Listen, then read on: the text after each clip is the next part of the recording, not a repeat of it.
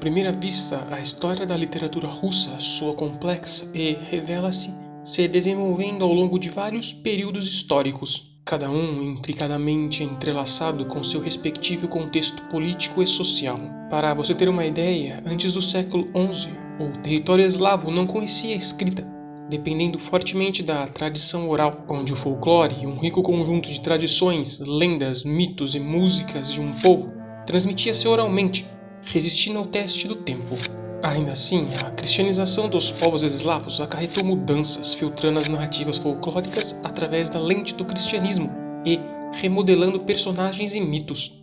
Muitas figuras, como a conhecidíssima Baba Yaga, portadora dos conhecimentos pagãos, acabou tornando-se uma bruxa de caráter dúbio, muitas vezes representando o próprio mal. Graças ao etnógrafo e folclorista Alexandre Afanasiev, que desempenhou um crucial papel ao recompilar e preservar mais de 600 contos populares da Rússia, Ucrânia e Bielorrússia, podemos ter um amplo acesso às histórias. Sua coleção, enriquecida pelas ilustrações de Ivan Bilibin do século XX, oferece uma visão visualmente cativante do folclore eslavo. Atualmente, é possível encontrar nas obras de fantasia heróica do polonês Andrzej Sapkowski, o autor da saga The Witcher, fortes influências e características deste folclore, onde ele bebeu da fonte de inspiração. Mas seria apenas do século XI adiante que as coisas iriam mudar e a literatura russa, como conhecemos hoje, começaria a ganhar sua forma e as primeiras bases. Inicialmente, isso ocorre devido ao gradual processo de cristianização não apenas do país, mas de todo o território. Embora é interessante notar que os russos não seriam o primeiro povo eslavo a ser convertido e lograr ter uma língua e alfabeto padronizado, conhecido como eslavo eclesiástico. A própria Bulgária, por exemplo, apesar de sua origem não totalmente eslava, converteu-se primeiro ao cristianismo. Isto ocorreu quase um século antes que a própria Polônia, que é conhecida por albergar uma considerável parte dos eslavos ocidentais. A cristianização da Rússia se dá através do Império Bizantino em 988, iniciando a síntese das culturas bizantina e eslava, que definiria a cultura russa. Isso tudo porque não esteve diretamente influenciada sob a Igreja de Roma, o que acabou mantendo a nação isolada do Ocidente. À medida que a religião se espalha, ocorre um fenômeno paralelo para auxiliar a disseminação e o fortalecimento do cristianismo. O considerável surgimento de obras literárias, como textos religiosos, histórias de santos e governadores, sob o alfabeto cirílico. O cirílico é um sistema de escrita utilizado por vários povos eslavos, como o próprio russo, o sérvio, o ucraniano, os búlgaros, que seriam absorvidos pelos eslavos e outros. Ele foi criado ainda no século XI pelo monge bizantino Cirilo, em colaboração com seu irmão Metódio, sendo atribuído a eles a invenção deste alfabeto para facilitar a tradução de textos eclesiásticos para a língua eslava.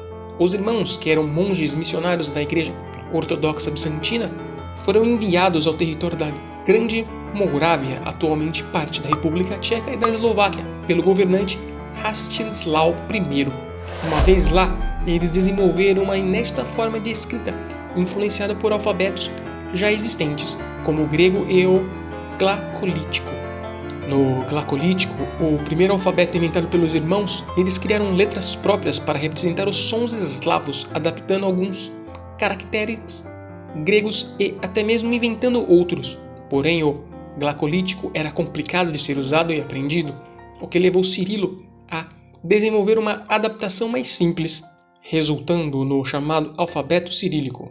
Com a ajuda de seus discípulos, o alfabeto foi introduzido nas regiões eslavas do leste europeu e nos países vizinhos, sendo especialmente difundido pelos missionários ortodoxos e, consequentemente, tornou-se a base da escrita das igrejas eslavas ortodoxas. Este período da história da literatura, que percorreria os séculos XI ao XVII, testemunharia fascinantes eventos como a invasão do Império Mongol, liderada por Batu Khan, que resultaria na dominação mongol sobre a Rússia, iniciando a época do período mongol. O surgimento do Principado de Moscou, que surgiria como um centro de poder desafiando os mongóis. Os governantes moscovitas gradualmente consolidaram seu poder.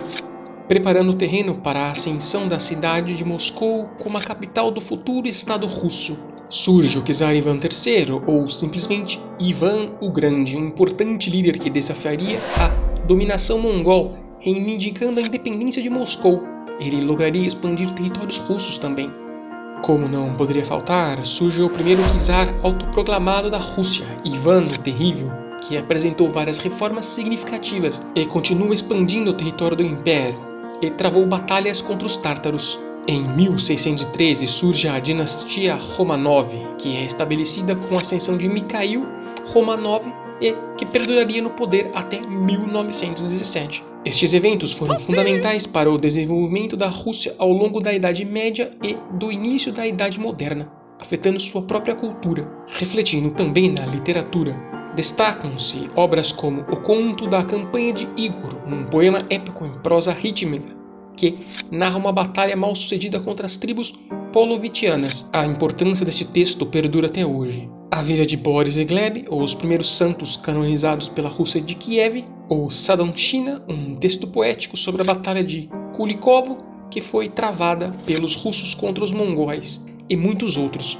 Conhecido como período antigo da literatura russa, ele é caracterizado por sua natureza profundamente religiosa e com episódios de enfrentamentos, oferecendo um testemunho histórico ou perspectiva muito similar como os feitos pelos antigos gregos e romanos. Mas estas duas fases de desdobramento seriam eclipsadas pela massiva qualidade literária produzida pela Época Dourada, que veremos no próximo vídeo dessa série, onde você conhecerá melhor sobre os principais nomes da literatura russa de todos os tempos e suas obras. Vou estar esperando, muito obrigado por sua presença e tchau!